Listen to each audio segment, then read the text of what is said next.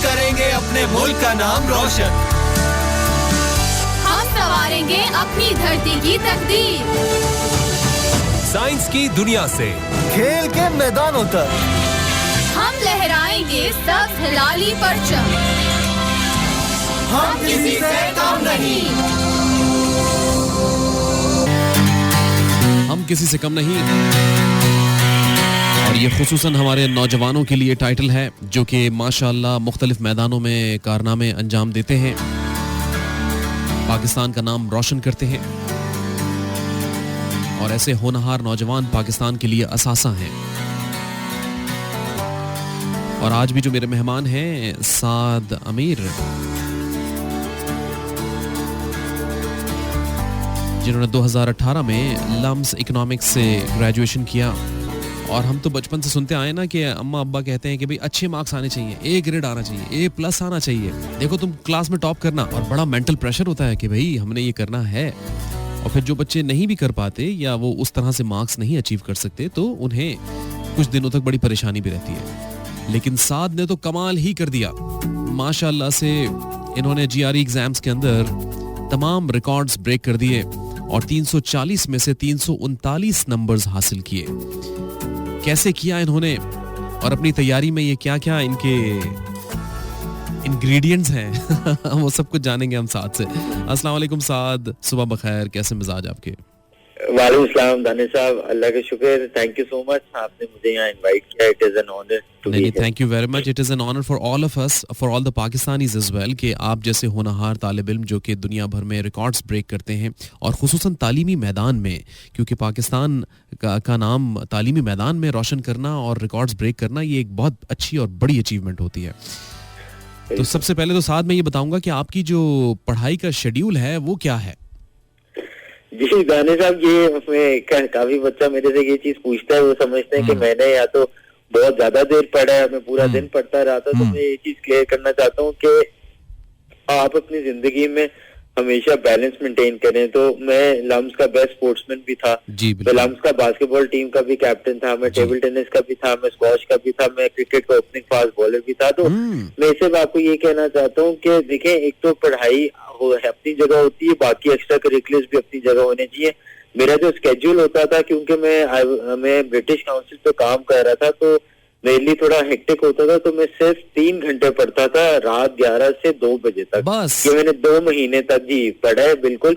और जब मेरा सैटरडे संडे आता था तब भी मैं टाइम नहीं इंक्रीज करता था अपना, क्योंकि आप हो तो at the end of the day इंसान, तो आपका दिमाग जो है वो थक जाता है। तो मैं करता ये था, तब भी पढ़ता 3 घंटा ही था, लेकिन हर घंटे के बाद 1 घंटे की ब्रेक लेता था। उस घंटे की ब्रेक में या तो स्क्वॉश खेलने चला जाता था, या क्रिकेट खेलने चला जाता था, या बास्केटबॉल खेलने चला जाता था। तो बस वीक डेज में वो इसलिए नहीं कर सकता था क्योंकि अगर मैं ब्रेक लेता तो सुबह हो जाती, और सुबह मैंने फिर उठ के जो कहते हैं कि नौकरी करनी थी वो करनी होती थी। तो मैं पढ़ता 3 घंटे ही था और 2 महीने के लिए। और ये मैं लोगों को यही कहना चाहूंगा कि लोग जो बहुत ज्यादा पढ़ते हैं या बहुत ज्यादा वो करते हैं, वो अपने साथ भी जाती करते हैं और जिंदगी भी एंजॉय नहीं करते। कितनी जबरदस्त बात आपने कही, क्योंकि अक्सर यही देखने में आया है कि बच्चों को, इवन वालिदैन भी ये करते हैं कि थोड़ा प्रेशर जोन में ले आते हैं और उनको उनके कमरे से नहीं निकलने देते या उनकी रीडिंग टेबल से हटने नहीं देते कि भाई बस किताब की तरफ नजर होनी चाहिए, बस पढ़ते रहो। तो कुछ टैक्टिक्स भी बताइए। मैं आता हूँ आपकी दीगर कामयाबियों की तरफ भी, लेकिन मैं चाहूंगा कि इस वक्त जो स्टूडेंट्स हमें सुन रहे हैं, जो वालिदैन हमें सुन रहे हैं, कुछ टैक्टिक्स बताइए कि अच्छे मार्क्स को स्कोर करना। और चूंकि माशाल्लाह आपने 340 में से 339 मार्क्स, ये एक भी ले लेते तो क्या था या एक मैं अभी भी बताना चाहूंगा कि मेरे से बहुत बच्चा पूछता है, क्योंकि मेरे एग्जाम के अंदर ना बिजली चली गई थी। तो ये भी एक मौजूदा हुआ था कि जब मैं एग्जाम दे रहा था, क्योंकि फ्रॉम होम था कोविड की वजह से, तो बिजली चली गई थी। तो और काफी मुझे उसकी भी टेंशन थी, क्योंकि मेरे लैपटॉप की बैटरी नहीं थी इतनी। तो मैं कभी वो सोच रहा था, कभी ये सोच रहा था।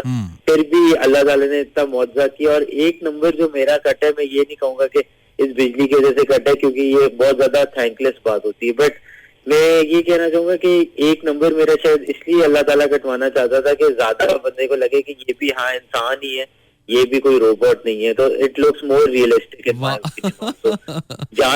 बात तो सही कही वैसे। ये तो आपने बिल्कुल ठीक कहा कि आप, ये थोड़ा रियलिस्टिक लगता है बंदे को कि चलो भाई ये कहीं गलती से 340 आउट ऑफ 340 तो नहीं मिल गए, गलती हो गई है। जी बिल्कुल। और ये मैं कहना चाहूंगा कि आपने मेरे से पूछा था कि क्या कहाँ से आपने ये चीजें वगैरह पढ़ी, तो मैं सिर्फ ये कहना चाहूंगा कि मैंने कोई भी वो चीज थर्ड पार्टी रिसोर्स कहते हैं ऑफिशियल गाइड के अलावा जो बाकी कंपनीज क्वेश्चंस बनाती हैं, ये आप ना करें। ये अगर तो देखें, अगर आप गलत डायरेक्शन में चले जाते हैं इस तरह क्वेश्चन सॉल्व कर करके, क्योंकि देखिए कोई रीजन है कि ऑफिशियल गाइड को ऑफिशियल बोला जाता है, यही कोई रीजन होता है कि ऑथेंटिसिटी उसकी होती है। तो ये आप कोई भी चीज कर ले, जैसे आप अगर पाकिस्तान टीम ए के लिए खेल रहे हैं और पाकिस्तान क्रिकेट टीम के लिए खेल रहे हैं, तो ज्यादा तरजीह किसको दी जाती है? ऑब्वियसली पाकिस्तान की नेशनल टीम को। तो वही बात है कि जब तक कोई चीज वेरीफाइड, वेटेड और उस प्रोसेस से ना गुजरी हो, आपको नहीं ट्रस्ट करना चाहिए उस चीज को। तो पाकिस्तान टीम ए भी एंड में पाकिस्तान की ओरिजिनल टीम के लिए खेलती है, तो इसी तरह ये भी थर्ड पार्टी रिसोर्सेज कॉपी करना चाहते हैं ऑफिशियल गाइड्स को, लेकिन नहीं कर सकते। अगर कर लेंगे तो वो उनका नाम खुद ही ऑफिशियल गाइड में कन्वर्ट हो जाएगा। तो मेरी एक ये रिक्वेस्ट है इन सब बच्चों से कि आप प्लीज थर्ड पार्टी रिसोर्सेज ना यूज करें। आप सिर्फ और सिर्फ पैसे जाया करेंगे, टाइम जाया करेंगे और आप ज्यादा फ्रस्ट्रेट होंगे। बिल्कुल ठीक। तो इसका मतलब यह है कि जो ऑफिशियली आपको टेस्ट की तैयारी के लिए मिलता है वही आप उसी से तैयारी करें, आप इधर उधर ना जाएं। ये इधर उधर जाने की इशू है कि जैसे मैं भी जब तैयारी कर रहा था तो मुझे भी यही लोग कहते थे, पता है इस चीज का दाने साहब सिर्फ एक हल है, आप खुद होमवर्क करो इस चीज पे, खुद देखो कि कौन सी, जब तक आपने होमवर्क ना किया हो आप लोगों की बातों में आओगे। ठीक है, सबके ओपिनियंस लो, क्योंकि हर बंदे का दिमाग फर्क होता है, हर बंदे की राय फर्क होती है, तो आप शायद ना सोच सको जैसे दूसरा सोच सके, लेकिन अगर आपने होमवर्क किया हो तो जैसे अंग्रेजी में कहते हैं कि you can filter out the good opinion. आप उनकी अच्छी वाली चीजें लो और बुरी वाली चीजों को इग्नोर करो और एक तरह से कॉम्बिनेशन बनाओ और बस चल पड़ो अपने राह पे। बिल्कुल ठीक है। तो अब आपको माशाल्लाह कितनी यूनिवर्सिटीज में स्कॉलरशिप की ऑफर हुई या आपने कहाँ अप्लाई किया और आपको प्राउड फील हुआ कि देखो भाई मैंने यहाँ अप्लाई किया और यहाँ मेरा एडमिशन हो गया? जी किया तो मैंने बहुत जगह था और अल्लाह का शुक्र है मिली भी मुझे काफी जगहों से, जैसे फॉर एग्जांपल ड्यूक का फ्यूका बिजनेस स्कूल ये टॉप 10 इन द वर्ल्ड होता है। लेकिन मैं ये बताना चाहूंगा कि जब मुझे ये स्कॉलरशिप मिली थी तब मेरा ये स्कोर नहीं आया हुआ। अच्छा। तो मुझे जी ये हैरान कौन होती है बात, तब मैंने ये स्कोर नहीं आया हुआ था और मुझे बेसिकली स्पोर्ट्स की बेसिस पे भी स्कॉलरशिप मिली हुई थी। All right. तो जी it wasn't only on merit, it was also on sports and academics. But अब जो मेरा ये स्कोर आ गया, क्योंकि ये तो 28 जुलाई को मेरा स्कोर आया था, जी। मैंने अप्लाई तो पहले किया हुआ था, तो अब मेरा जब ये स्कोर आ गया तो अब वो नहीं होते कि जैसे अल्लाह ताला ने वाकई जिनमें लोगों के सुनता था कि रात तो रात जिंदगी बदल जाती है, अगर आपका प्राइज बॉन्ड आ जाए फॉर एग्जाम्पल या कुछ ऐसे, तो जो मेरा तो अल्लाह ताला ने बहुत अच्छे तरीके से जिंदगी बदली है। और देखें दानिश साहब, मैंने स्कोर कर लिया, सो मैं ये कहना चाहूंगा कि मैं ना तो पहला बंदा हूँ ना मैं आखिरी बंदा हूँ जो स्कोर करेगा, क्योंकि हमारे मुल्क में बहुत ज्यादा टैलेंट है। सही। तो मैं यही चीज बोलना चाहूंगा कि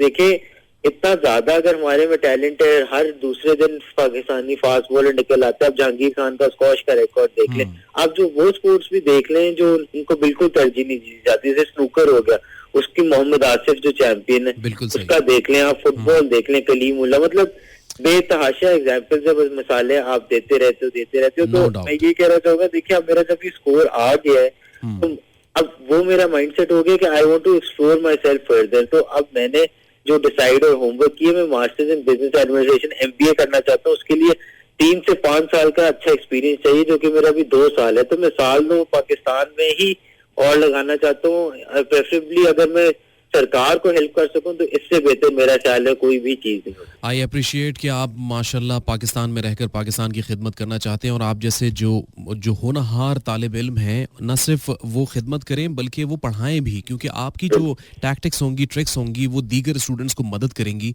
कि वो भी इतना अच्छा स्कोर कर सकें।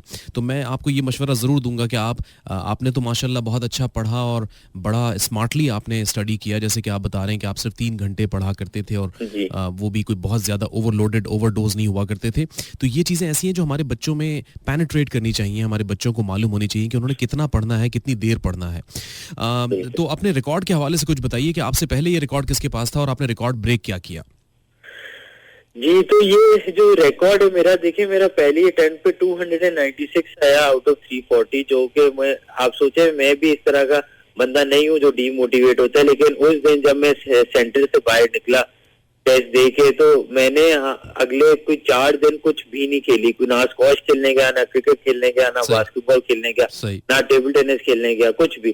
तो ये मेरे लिए, मेरी फैमिली के लिए बहुत शॉकिंग था कि ये साथ को कुछ हो गया, क्योंकि मैं अपने दिल पे कोई चीज नहीं लेता, लेकिन उस दिन जो मेरे साथ हुआ, शायद अल्लाह ताला मेरे से यही करवाना चाहता था कि पहले मुझे इतना ज्यादा कम स्कोर आ जाए कि मैं खुद सोच में पड़ जाऊं कि मेरे साथ ये हुआ क्या, और आज तक मुझे नहीं समझ आया कि वो मेरे साथ क्या हुआ था। बट मैं ये कहना चाहूंगा कि अगर मेरा इतना कम स्कोर आया था तो उसमें मेरी ही कोई गलती थी, एग्जाम की कोई गलती नहीं थी, क्योंकि एग्जाम का स्टैंडर्ड सेट है, आपको अपनी गलती माननी चाहिए, वेयर इट्स ड्यू। तो अब मेरा जो स्कोर आ गया, तो मैं कहूँ कि नहीं, तब भी मेरा यही पोटेंशियल था और यही आना चाहिए था। मैंने कोई ना कोई गलती की और वो मैंने देखा भी कि मैं एग्जैक्टली करके आ रहा था, उसी वजह से मैं एग्जाम को बहुत ज्यादा समझने लग गया। मैंने क्वेश्चंस कम सॉल्व किए और ये देखा कि इस एग्जाम में हेरा फेरी क्या होती है, ट्रैप्स क्या होते हैं, लूप होल्स क्या होते हैं, पैटर्न्स आइडेंटिफाई किया। क्योंकि ये एग्जाम सिर्फ और सिर्फ ये रॉकेट साइंस एग्जाम नहीं है, लेकिन टाइम बहुत ज्यादा कम होता है इस एग्जाम में, तो लोग पैनिक करते हैं। जैसे अब लोग जो पैनिक करते हैं, मैं उनको एडवाइस करता हूँ, मैं खुद भी ये करता था कि जब आप कोई चीज अंग्रेजी में पढ़ रहे हो तो टाइमर आप हाइड कर सकते हो, ऐसी छोटी छोटी चीजें आपको करनी होती हैं। तो मेरा जो ये रिकॉर्ड है वो ये था, जब मेरा 296 आया, उसके बाद अब जब मैंने दिया तो मेरा 339 आया 340 में से। तो previously as per my knowledge 31 points की इम्प्रूवमेंट थी एक लड़की की, 290 से 321। मेरा 296 से 339 43 पॉइंट्स की इम्प्रूवमेंट होगी, अल्लाह का बहुत शुक्र है।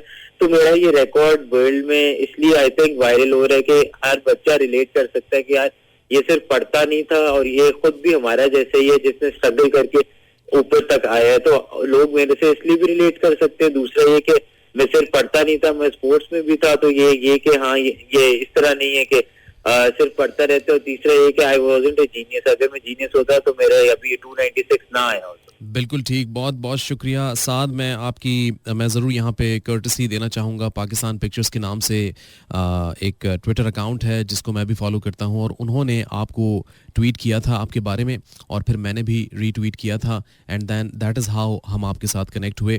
तो शुक्रिया पाकिस्तान पिक्चर्स का भी। और साथ में जो आपकी पिक्चर मैंने रीट्वीट की थी, उसमें मैं आपके मेडल्स देख रहा हूँ और मैं गिन नहीं सकता उन मेडल्स को। तो कितनी तादाद है आपके मेडल्स की, माशाल्लाह जी। और वो यूजुअली लोग समझते हैं कि पढ़ाई के वो जो सारे स्पोर्ट्स के, आई थिंक शायद 5 से 6 पढ़ाई के हो, बाकी सारे स्पोर्ट्स खेल के हैं। अच्छा जी। तो मतलब मेरा यही कहना है वालिदैन को भी कि आप बच्चे को अपना पैशन परस्यू करने दें, उसको पढ़ने दें। ये जो मेंटालिटी है हमारी कि डॉक्टर या इंजीनियर बनेगा बेटा, इससे मतलब क्रिएटिविटी भी कम होती है, बच्चा भी रिस्ट्रिक्ट होता है और वो फिर दिल से भी नहीं करता। और एक और बात ये कि अगर आप उसको ओपन हैंड देंगे तो वो जब पढ़ेगा और फिर नंबर नहीं आएंगे और फिर परफॉर्म नहीं करेगा, तो फिर पेरेंट्स भी बोल सकते हैं कि हमने तो तुम्हें ये दी ऑप्शन, तो कुछ तो डिलीवर करो, बजाय इसके कि आप सही ये फोर्स कर देंगे लेकिन वो बच्चे जब स्कोर नहीं आएगा तो उल्टा वालिदैन पे ब्लेम डालता है आज के बच्चे।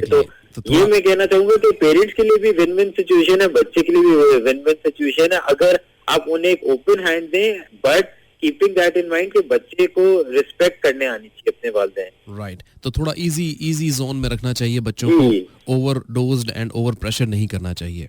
बिल्कुल। तो बहुत बहुत शुक्रिया साद। इस वक्त पाकिस्तान में आपको सुना जा रहा है, आपने जीआरई एग्जाम्स में इंटरनेशनली रिकॉर्ड होल्ड किया, 340 में से 339 मार्क्स हासिल किए। साथ ही आपने अपने लम्स के अंदर, स्पोर्ट्स एक्टिविटीज़ के अंदर, बेशुमार खेलों के अंदर नाम कमाया, मेडल्स कमाए।